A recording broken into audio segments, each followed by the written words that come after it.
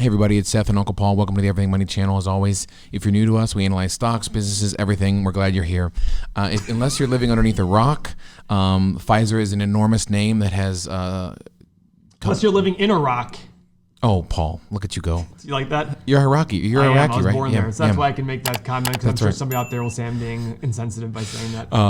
Unless you're living on a rock, Pfizer is huge. Can I make a comment? Please do. A recent lady I was talking to. Go on. Stopped talking to me yesterday. Go on. Today. Well, I'm not surprised, but go on. Well, it's happened many times because I've said something that probably upset them because we disagreed on the Cleveland Indians' decision yesterday. On changing the name? On changing the name. She said it was highly racist and insensitive. Yeah, it is. It is. Right. Okay. And either way, I was just like, all right, sounds good. And I literally wrote sweet. And she got mad at me and said, she literally just wrote me a text probably 3 hours ago and said, please delete my number. I'm deleting yours. At least you know where she stands. And we want to find out where Pfizer stands. Obviously, the vaccine has been exciting news, Paul. Governor DeWine here in Ohio, they were injecting this into people yesterday. And she said when I said it was sweet, back up a bit so I can hear you. She said when I said sweet, it was treating her like a child. Yeah, you do that. It's not treating her like a child. Speaking of child, though, that shirt is a child small, but you it's not. You look shredded, by the way. Don, did you see? I do not look shredded. I think you this look. This is a medium. I think medium. I think you look fantastic. Thank you. Your chest muscles you know what I ate are really this weekend? popping out. I ate a full large pizza myself, and last night I had PF Chang's. What we do is we analyze stocks here on the show. Paul uses an 8-pillar analysis. This is what we're famous for, folks. The 8-pillar analysis on analyzing the health of a company. And I want to make note. We have a Patreon. I just sent our Patreon group the 47 stocks that have all 8 check marks that are currently located in the U.S. over $100 million. That is the kind of access. That's the kind of access you get. I literally sent the list. It's 47 stocks as of today that all qualify for all 8 pillars. Check marks for all 8. So if you're wondering what that means, if you and your buddies are simply looking at stocks for what the price is today, then you're a moron. Thank you, Paul. We're offering a more advanced, in-depth, disciplined look at this company to see what are its true financials using math and not following the hype. Paul, let's go. Let's get after it. What is the market? All right, so Pfizer. Go ahead. What is the market cap for Pfizer? So Pfizer is a $200 billion company, $213 billion. So remember, we don't care about share price. We care about the market cap. That is the number of shares outstanding multiplied by the price of the stock. The number that's theoretically what you need to do to own the entire company today is buy every share outstanding. So that's essentially the price you're paying. Now Pfizer, just to give everybody an update, we should kind of describe what every company does, right? Go ahead. Pfizer's a huge pharmaceutical business. They're the ones that created Viagra. They spend the most on research and development out of any drug company, I think it says there, $8 billion a year annually. So they're a huge company. They've been around for a long time.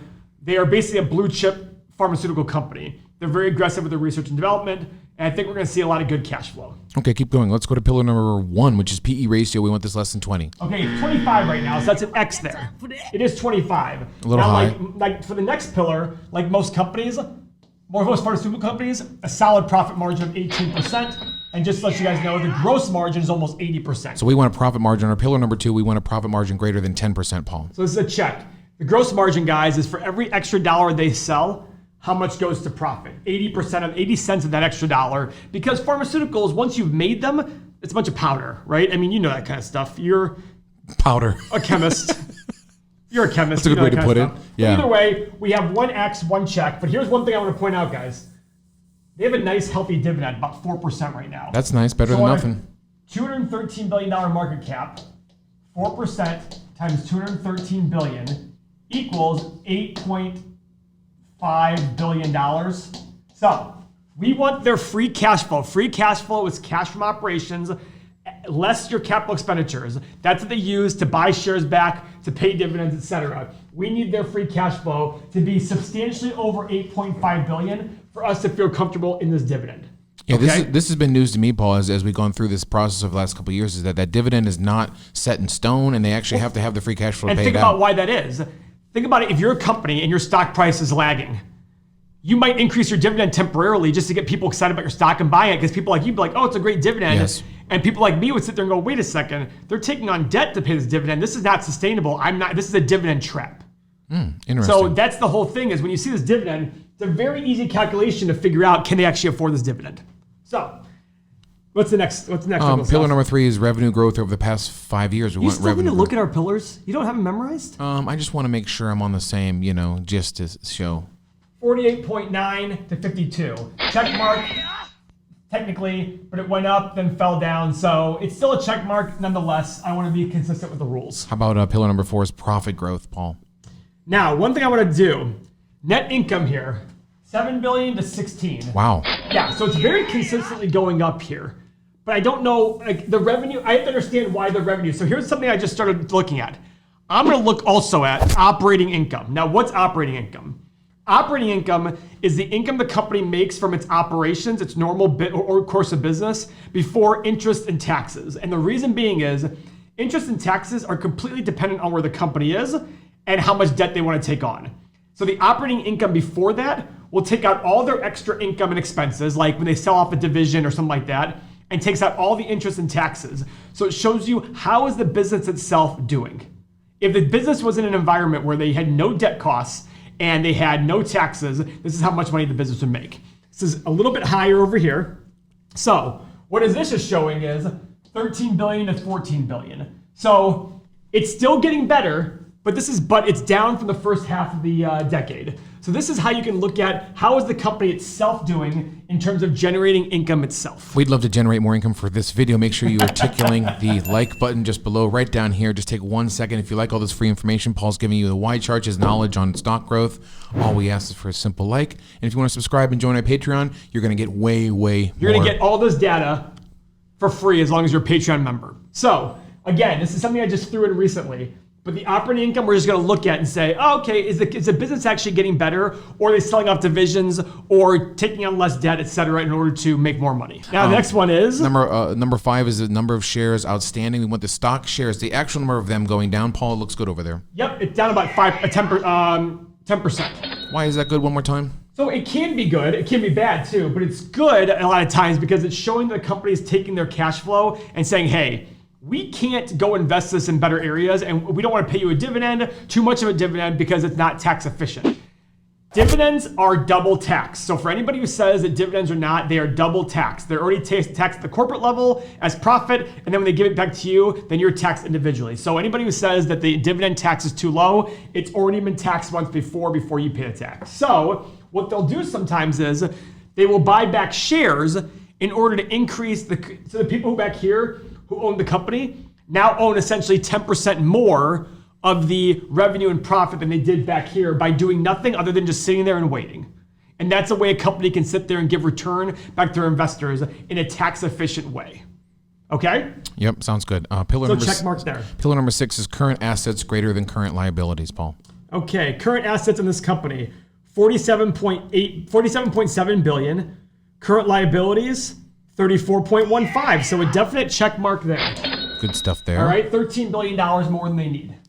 How about pillar number 7, the granddaddy of them all, free cash flow growth? This is cash from operations minus capital expenditures, Paul. Okay, so free cash flow right here, 13.1, and this last year was 10. So X. We have not had free cash flow growth, which is cash from operations less capital expenditures. Now, to get the average over the last 5 years. Ready, Seth? Ready, 13.1. Okay, so 13.1, 14.1, 14.6, 13.6, and 10. 10, it's not good. Divided by 5, 13, basically 13. Now, guys, I get a lot of questions about this. This is their free cash flow average over the last 5 years is $13 billion a year. Yes, but it's declining. Sales are declining.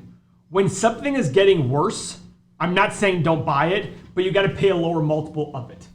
So to me, I look at this 13 and go, okay, I got to assume it's going to meander about. So maybe instead of 20 times free cash flow, I want to go to 15 times free cash flow, which is 195 billion. Yeah, 195, 196 billion. Versus 213 billion. 213 billion. What does that mean? Not far off. What does that two numbers mean, Paul? This is where Pfizer currently is. That's their market cap. Market cap, and this is what we want it to be. This is what you want the market cap to be. So it's slightly overpriced. Slightly overpriced there, but not far off. They're paying a 4% dividend. Oh, by the way, remember their 4% dividend was $8.5 billion. Wait a minute. They only made 10 last year. They only had $10 billion in free cash flow, and they're buying shares back. So I don't know how sustainable his dividend is. Maybe they sit there and see something, and this is where part of your due diligence will be. The 8 pillars do a really good job of giving you a high level view. It also tells you what do you need to go look at next. You need to understand, why is their free cash flow decreasing here? What are they going to do with their dividend they have to pay $8.5 billion per year for? This is all part of your qualitative analysis of saying, is this company going to get better or worse? I don't know. But you have to look at their pipeline, especially with pharmaceutical companies. Their pipeline is of utmost importance. But they are paying a big chunk of their free cash flow as dividends. That is a concern of mine. Now, one thing I do want to do, I want to look at the last 12 months free cash flow, just to see how it's gone for the last 12 months. Has it rebounded at all? So I go to trailing 12 months. I mean, wouldn't this year be their biggest year ever with this vaccines? You would think so. I mean, it's probably going to be a big one. The last year, they made $10.3 billion. In the last 12 months, 4 quarters, they made $10.3 billion in free cash flow. They got to pay 8.5 out. That leaves them with $1.8 billion to do whatever they want with, unless they want to take on more debt. If this video gets 1.8 billion likes, Paul will do the next video butt naked. So make sure you smash the like, subscribe, and you'll see more of those frothy butt cheeks on Patreon. Paul, go ahead. Let's look at their total debt. What's going on with their total debt? That's quarterly. Let's go to annually. Annual. Actually, let's go to quarterly. This is fine. Okay, go ahead, Paul. What are we looking at again? We're looking at total debt now. I want to see how their debt's looking. So their revenue isn't up a lot. And this is only quarterly, guys. This isn't by year. So in September 2018, they had $96 billion in total debt. In September of this year, 2 years later, they had $113 billion. And their revenue wasn't up a ton, but their debt's up a lot. So it makes me wonder, are they taking on debt to buy back shares? And here's why they might be. If they're paying a 4% dividend and they can borrow long-term at lower than 4%, they had a vested interest in buying shares back. Because now they're saving that 4% dividend. Let's say they're borrowing at 3%. They're saving 4, paying out 3. Does that make sense to everybody? Yes. That's something a lot of companies will do. They'll take on debt to buy back shares because they're saving money by not paying a dividend. I don't exactly like that, especially with how little the margin is right now after free cash. We've been taking the free cash flow and buying back the dividend. So on Pfizer right now, I know they're big in the news right now because of the vaccine. I don't know how it's going to play out. Keep in mind, guys, who knows how profitable this will be for them, because there's going to be a lot of public pressure to give this vaccine away for very, very inexpensive prices as a way of saying, because a lot of people criticize pharmaceutical industry saying it's your responsibility to give drugs out to help humankind, etc. There's a lot of lobbying that happens. There's a lot of regulation that happens. I don't think I'm sold on Pfizer right now at this price, in my personal opinion. I haven't looked any further into the future, etc. But when I look at them, absolutely. Let's actually, you know what we should do? Let's look at some puts on them. So what we're going to do now is they're currently selling for $38 a share. Let's say I want to sit there and buy them for $30 a share. Well, they were that in July. What were they at? They were at $30 a share, and then obviously during the crash, they were at 27 down in late March. So, oh, they were at $27. Yeah. So what we're going to do now is one of the strategies I use is I look at puts. I sell puts in the future to buy stocks at prices that I want, at prices, the stocks that I want at prices that I love. So if I don't like stocks, if I don't like Pfizer, at 38, but I like it at 30, let's see. If I go to, let's say March 19th. So March 19th of 2021, here's what I'm doing. Let's make this, I don't think I can make it bigger. Nope, I can't make it bigger. So March 19th at $30, I'm going to be paid 27 cents per share. What this does is it gives somebody the right. They're going to pay me 27 cents. Per share. Per share. With a minimum order of 100 shares. With a minimum order of 100 shares. They're going to give me 27 cents per share as a right for them to force me to buy the shares, from them at $30. Now, why would they do that? If they think the stock is going to go lower, or they want to protect themselves from it going lower, they would buy this option. Let's say the stock goes to 25. I am now forced to buy the shares for 30. So I lose $5 per share, but I also collect the 27 cents. I lose $4.73.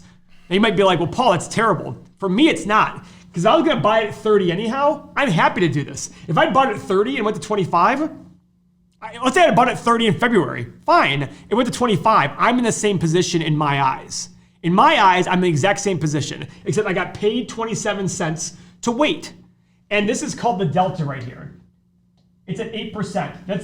That says right now the markets think the chances of the stock being less than $30 is 8%. So, and what date did you choose for this? March 19th of 2021. So months from now, 95 days from now. Okay. So this is a strategy I use a lot. I generate income every single day by doing this. Picking stocks that I like at prices that I love and saying, hey, who wants to pay me for the right to force me to buy the shares at the prices that I love? So what sort of risk did you just go through? What sort of risk are you putting on the table to make $27? Is it $27? Yes, $27. Per contract. 20. So if I'm going to buy, but per share is 27 cents. But a guy like me is buying a lot of shares. Like hundreds, several hundreds, or several thousand. Oh, several thousands. Yes. Okay, so you can make $2,700. If I buy 10,000, if I sell 10,000 shares, but at 10,000 shares, that's $300,000 I have to be ready to buy at that time, which I'm okay with if I want to build a position in Pfizer. So what I can do is I can use this as a way to build a position to a company, but be paid for. Because remember, according to the market right now, there's only an 8% chance this even happens. 8% chance? Yeah. So an 8% chance, I might collect this. There's a 92% chance I just keep the 27 cents and I move on. I'm not going to get it every single time. And that's the point. I've written hundreds of these things and I've only been placed these stocks 2 or 3 times. But it all depends on where the market's going. If all of a sudden the market fell a lot, this is more likely to happen. This delta will skyrocket. I'm more likely to place the shares. But I'm okay with that if I love the stock at this price. I'm not saying I do love the stock at this price. I'm just sitting there saying, okay, from what I'm seeing, would I be okay owning Pfizer? If I do more research and think that the company is stabilizing and their free cash flow is going to stabilize, I might be okay with that. If you're confused by the last 5 minutes and you want to not be confused in this world, this is a very interesting topic. These options, puts, and calls. We go over all of it on our Patreon page, patreon.com/everythingmoney. The description is below. And as always, Paul, we do videos our whole damn lives. This is all we do, is do these videos analyzing stocks every single day. We put out a video. Seth actually just got divorced and he actually sleeps right back there in the corner because he was so obsessed with doing videos. Yeah, so join us every Tuesday. Nate tucks him in every day. We do, thank you, Nate, I appreciate that. Tuesdays and Thursdays at 1 p.m. Eastern. And we release. We have a new, yeah, go ahead. And now we're going to be doing videos every day will be released at 1 p.m. and 7 p.m. every single day, 7 days a week. So I urge you, if you're looking at other investors on YouTube and trying to follow people and they're sitting in their basements trying to give you generalities about buying stocks, you have to be impressed with what Paul does with these numbers. It's incredible. And join us, come along for the ride. Thanks for following us. Make sure you subscribe. Patreon, we love you guys. Thanks for watching.